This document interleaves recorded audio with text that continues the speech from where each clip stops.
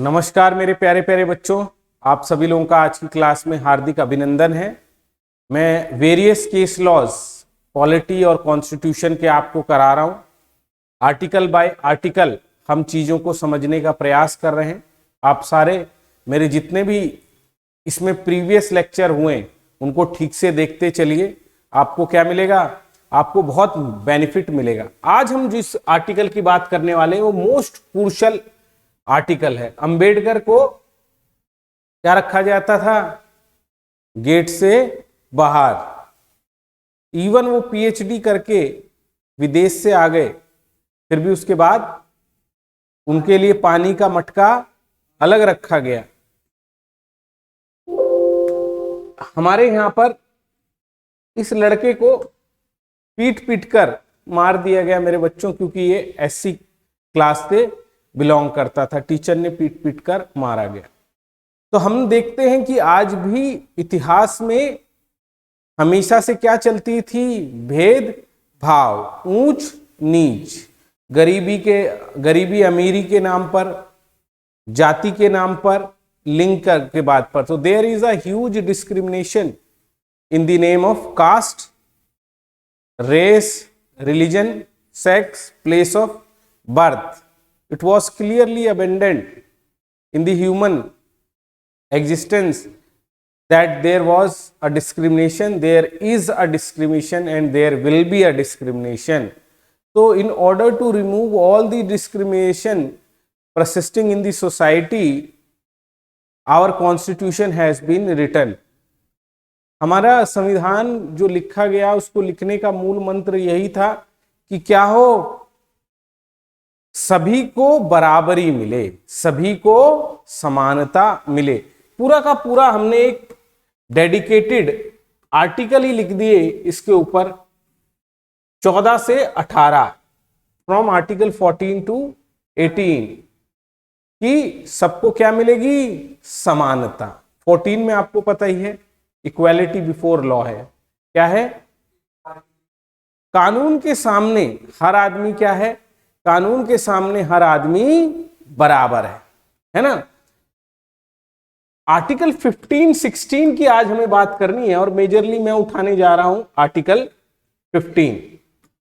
तो ये रहे अंबेडकर साहब, most learned person, one of the most learned person of the India.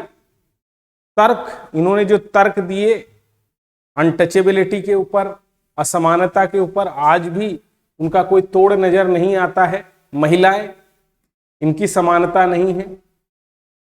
जब राजाओं का राज चल रहा था तब भी आपको मालूम है there was a huge discrimination. Shakti Kapoor जैसे राजा हुआ करते थे, ये सिंबॉलिक है पिक्चर, राजाओं को डिनोट करती है। तो there was a discrimination. Discrimination कितने तरह का? बहुत तरह का डिस्क्रिमिनेशन। तो हमको इंदिरा साहनी केस आज देखना है।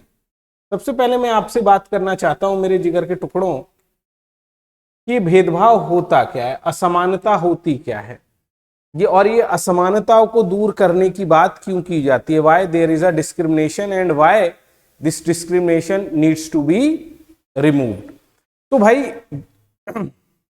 ऐसा नहीं है कि असमानता नहीं है, प्रकृति में असमानता है। There is inequality persisting in the nature. God ने भी भेदभाव किया है मेरे जिगर के टुकड़ों। देखो, किसी को अंधा बनाया, किसी को लूला बनाया, किसी को लंगड़ा बनाया, बहुत सारी इनइक्वालिटी आप देखते हैं। किसी को मंद बुद्धि बनाया। You will see many kind of a discrimination happening in the society. इस डिस्क्रिमिनेशन को, इस असमानता को क्या कहते हैं? नेचुरल असमान। और भारत सरकार, हम सब लोग दान दक्षिणा देके भारत सरकार अपनी स्कीमें डालकर कोशिश क्या करती है? इनको भी हमारे बराबर लाया जाए, है ना, इनको भी हमारे बराबर लाया जाए। उसके बाद ये कौन सी, ये अमीरी गरीबी किसने बनाई? इसको कहते हैं सामाजिक असमानता। ये हमने और आपने बनाई है कि देने वाले किसी को गरीबी ना दे, देने वाले किसी को गरीबी ना दे, मौत दे दे मगर बदनसीबी ना दे देने वाले।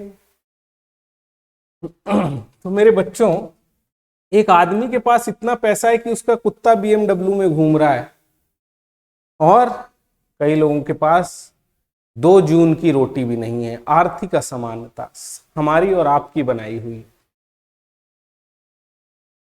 देखिए, झुग्गियों में रहने के लिए मजबूर लोग, कास्ट बेस्ड पॉलिटिक्स, कास्ट के नाम पर भेदभाव, जो 4 वर्ण व्यवस्था बनाई गई, मैंने पहले भी ये डिस्कस किया था, और जद पद सम्मान सब किसके आधार पर मिल रहा था? जाति। जिस जाति में जन्म लिया, जिस वर्ण में जन्म लिया, उसी के आधार पर आपकी पद प्रतिष्ठा संपादन। तो discrimination in the name of cast.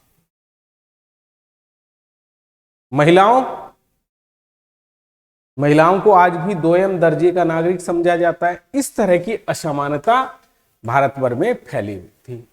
तो भैया आर्टिकल लिखे गए, बहुत सारे आर्टिकल लिखे गए मेरे जिगर के टुकड़ों। From article 14 to 18 there were many article, कि भाई अब भारत आजाद हो रहा है और भारत में हम लोग किसी भी तरह की असमानता नहीं रहने देंगे, जो समाज की फैलाई गई है, जो जेंडर बेस्ड है, कास्ट बेस्ड है, रिलीजन बेस्ड है। तो आपने ब्रिटिशर के टाइम में भी देखा होगा, during the time of britisher, उन लोगों ने भी असमानता फैला रखी थी। क्या?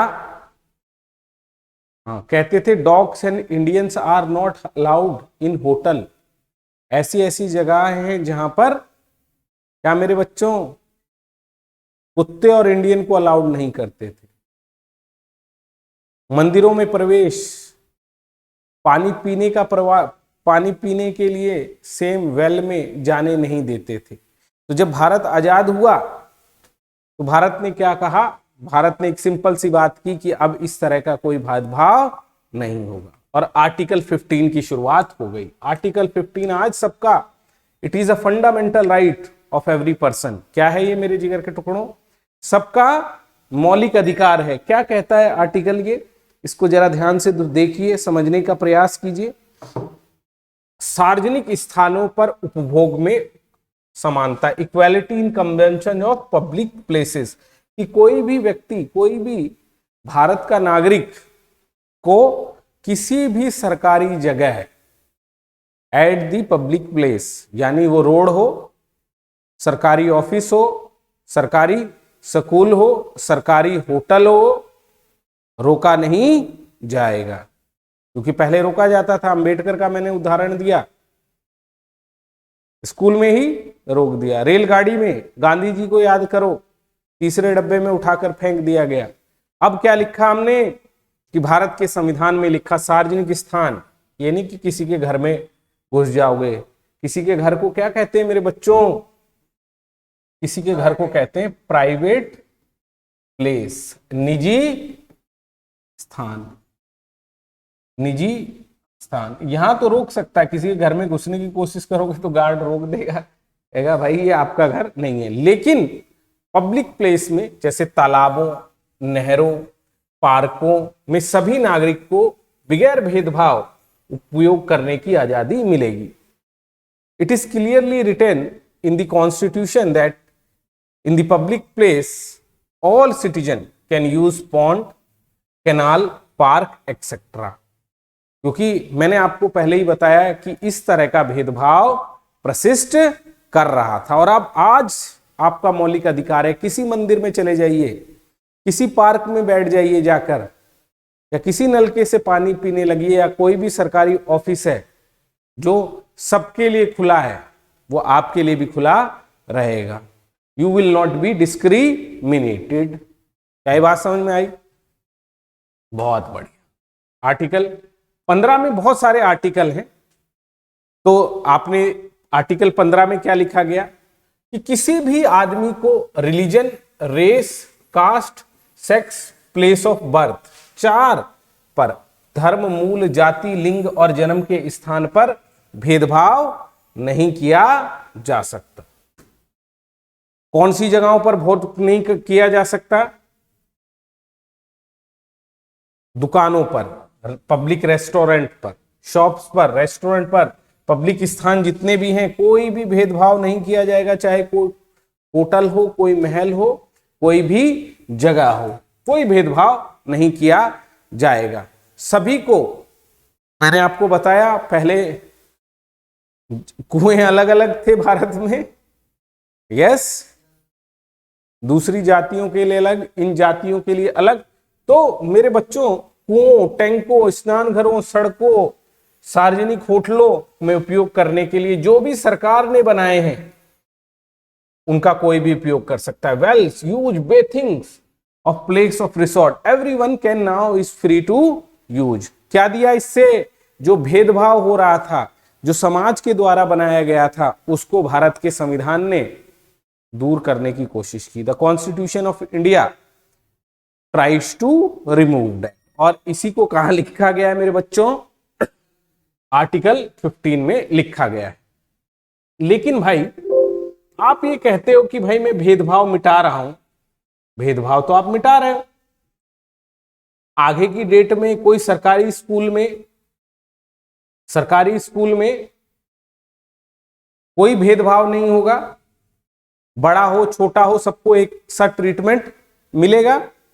यस या नो? एक जैसा ट्रीटमेंट मिलेगा। सरकारी स्कूल में जाओगे, एक जैसा ट्रीटमेंट मिलेगा। कोई अमीर नहीं, कोई गरीब नहीं, सब अप्लाई करो और जॉब ले लो। कोई ब्राह्मण को विशेषाधिकार नहीं, दूसरे कास्ट को विशेषाधिकार नहीं, सबको एक बराबरी पर समानता पे लाना। तो पहले ब्राह्मणों को या उच्च वर्ग को विशेषाधिकार मिले हुए थे और कुछ लोग क्या थे? कोई अधिकार नहीं थे। तो हमने समानता की लाइन लाई कि सबको अब बराबरी से ट्रीट किया जाएगा और किसी के साथ कोई डिस्क्रिमिनेशन नहीं किया जाएगा। ठीक है? पहले बेटा ध्यान से सुनना सारे बच्चों कि पहले क्या होता था?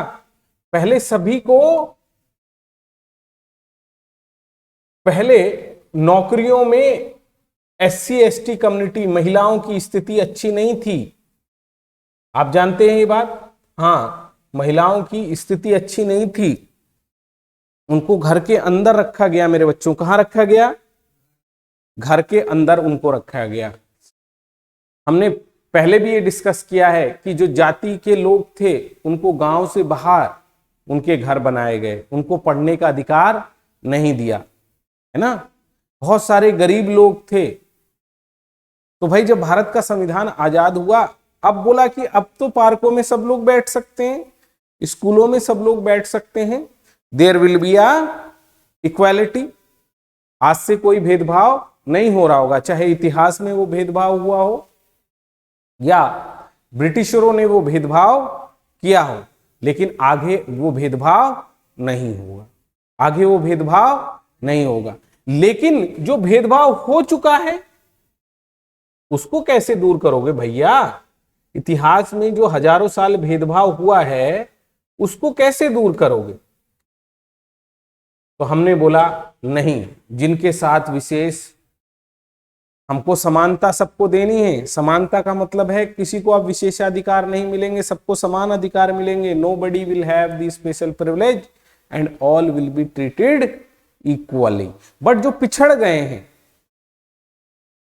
उनको बराबरी तक पहुंचाने के लिए कि उनको बराबर की नौकरियां मिले, उनको बराबर का सम्मान मिले, उनको बराबर की शिक्षा भी मिले, तभी तो असली समानता आएगी कि भाई आज से भेदभाव नहीं होगा। पहले एक बच्चे ने क्या किया, गेम में चीटिंग कर ली और 100 में से 90 कंचे जीत लिए और 10 ही कंचे अभी बाकी हैं। बोला अब से चीटिंग नहीं होगी। क्या ये सही है? अरे पहले जो चीटिंग हो चुकी है उसको तो क्या करना पड़ेगा? ठीक करना पड़ेगा। तो भूल सुधार करने के लिए भारत के संविधान में आरक्षण की सुविधा की गई कि जो जाति पिछड़ी हुई है, जो महिला पिछड़ी हुई है, उनको हम क्या देंगे? रिजर्वेशन। जो उनके साथ भेदभाव हुआ है उनको हम रिजर्वेशन देंगे। तो आज की डेट में हमारे यहां पर इन चारों को समानता देने के लिए आर्टिकल 15 में लिखा है कि समानता मिलेगी, उनके लिए विशेषा उपाय करने पड़ेंगे। There will be a special procedure, special things, special schemes, special mention for those who are below the line of equality. तो हमारे यहां शेड्यूल कास्ट जो दलित लोग होते हैं उनको रिजर्वेशन दिया। कहां रिजर्वेशन दिया? शिक्षा में और लेजिस्लेचर में। आर्टिकल 16 में अभी पढ़ेंगे, 16 को भी कभी किसी दिन पढ़ाऊंगा। नौकरियों में भी मिला, तो पब्लिक प्लेस में उनके लिए विशेषाधिकार दिए गए शिक्षा में और लेजिस्लेचर में। आज की डेट में शेड्यूल कास्ट को, जो जंगलों में लोग रहते हैं उनको कहते हैं जनजाति के लोग। कौन से लोग मेरे प्यारे प्यारे बच्चों? ट्राइबल्स के लोग। और अभी तो ओबीसी, इस केस को भी देखेंगे, इंदिरा साहनी केस को भी हम देखेंगे, इनको भी रिजर्वेशन दिया गया एजुकेशन में और नौकरियों में। और आज की डेट में सभी को रिजर्वेशन है जिसकी एक आर्थिक आय कम है। तो there is a reservation of EWS category. ये कहां लिखा है? क्यों ये रिजर्वेशन आया? क्यों ये सकारात्मक विभेद आया? बच्चों आपके लिए आर्टिकल लिखा हुआ है। क्या आर्टिकल लिखा हुआ है? आप अगर 15(3) को देखेंगे तो उसमें क्या लिखा है कि nothing in this article shall prevent the state from making any special provision for the children। इस लेख में कुछ भी महिलाओं और बच्चों के लिए कोई स्पेशल प्रावधान करने के लिए नहीं रोकेगा। तो यानी राज्य अगर चाहे तो महिलाओं के लिए विशेषाधिकार कर सकता है। If state want it can create special provision for women and children. ये 3 में लिखा। फिर और भी लिखा बेटा आर्टिकल 15 में, क्योंकि पूरा का पूरा वो देना था। क्या लिखा? Nothing in this article shall prevent the space of making a special provision for the advancement of any socially, educationally backward class of the citizen और शेड्यूल कास्ट और शेड्यूल ट्राइब। इस अनुच्छेद में राज्य के नागरिकों को किसी भी सामाजिक और शैक्षणिक रूप से पिछड़े वर्ग के लिए, अनुसूचित जातियों के लिए, अनुसूचित जातियों की उन्नति के लिए विशेष प्रावधान करने से नहीं रोका जाएगा। आप समझ में आया? आर्टिकल 15 में जो पहला क्लॉज है वो क्या कहता है कि भेदभाव नहीं होगा। लेकिन जो बाद के क्लॉज हैं जो ऑलरेडी डिस्क्रिमिनेशन हो चुका है, already whatever the discrimination which are there, उसको रोकने की बात करता है। क्या करता है? उसको रोकने की बात करता है। और स्पेशल प्रोविजन 3 और 4 में दिए गए। इसी के आधार पर मेरे प्यारे प्यारे बच्चों क्या मिला है? सभी को रिजर्वेशन मिला हुआ है। मेट्रो में पहला दर्जा,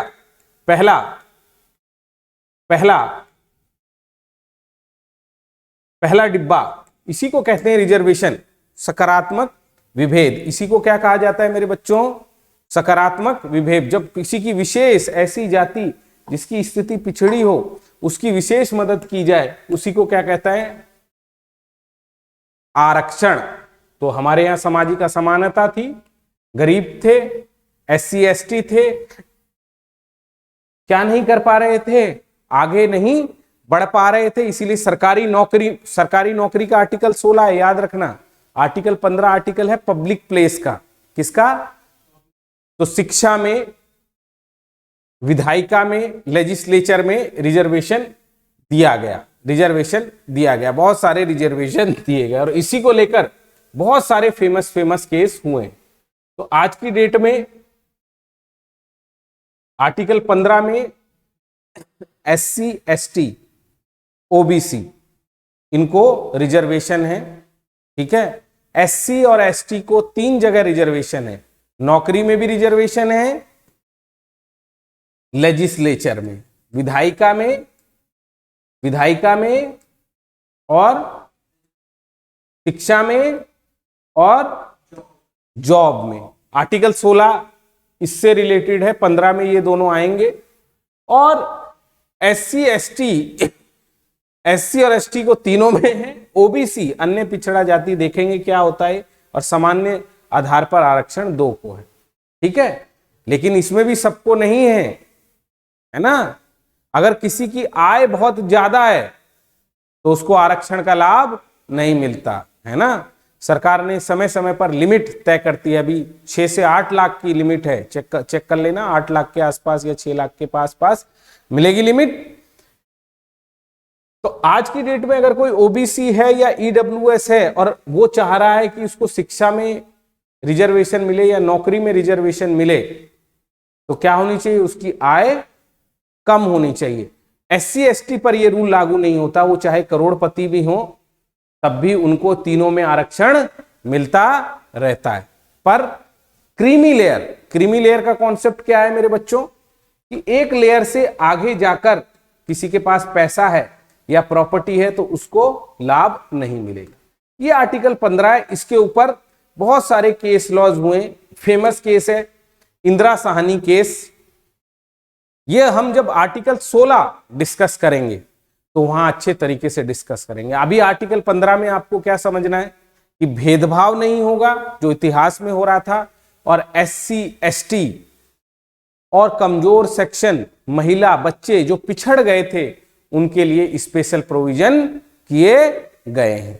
और इसी स्पेशल प्रोविजन को कहते हैं पॉजिटिव डिस्क्रिमिनेशन, सकारात्मक भेदभाव, जिसको आप आरक्षण के नाम से भी जानते हैं। तो जितने भी आप फायदे देखते हैं, लड़कियों को वजीफा मिलता है, स्कूल से बैग मिलता है, 10वीं 12वीं पास करने पर, कॉलेज पास करने पर राहत की स्कॉलरशिप दी जाती है, एससी एसटी को जो दिया जाता है वो सब आर्टिकल 15 के तहत दिया जा रहा है, उसकी छूटों के तहत दिया जा रहा है कि इनको भी हमको बराबरी पर लाना है। तो कॉन्सेप्ट वाइज आपको आर्टिकल 15 अच्छे तरीके से समझ में आ गया होगा। अब मैं और वीडियो आपके लिए बनाता रहूंगा, उनको देखिएगा। आगे की सीरीज को 16 की जब बनाऊं, 17 की जब बनाऊं, तो आपके बेसिक इंडियन कॉन्स्टिट्यूशन के बारे में जितने भी विचार हैं वो क्या हो जाएंगे, सॉलिड हो जाएंगे। तो थैंक यू वेरी मच। सारी क्लासों को आप मेरी प्लेलिस्ट में हैं, देखते रहिए, आपकी इंडियन कॉन्स्टिट्यूशन के ऊपर समझ बहुत तकड़ी हो जाएगी। तो thank you very much, God bless you.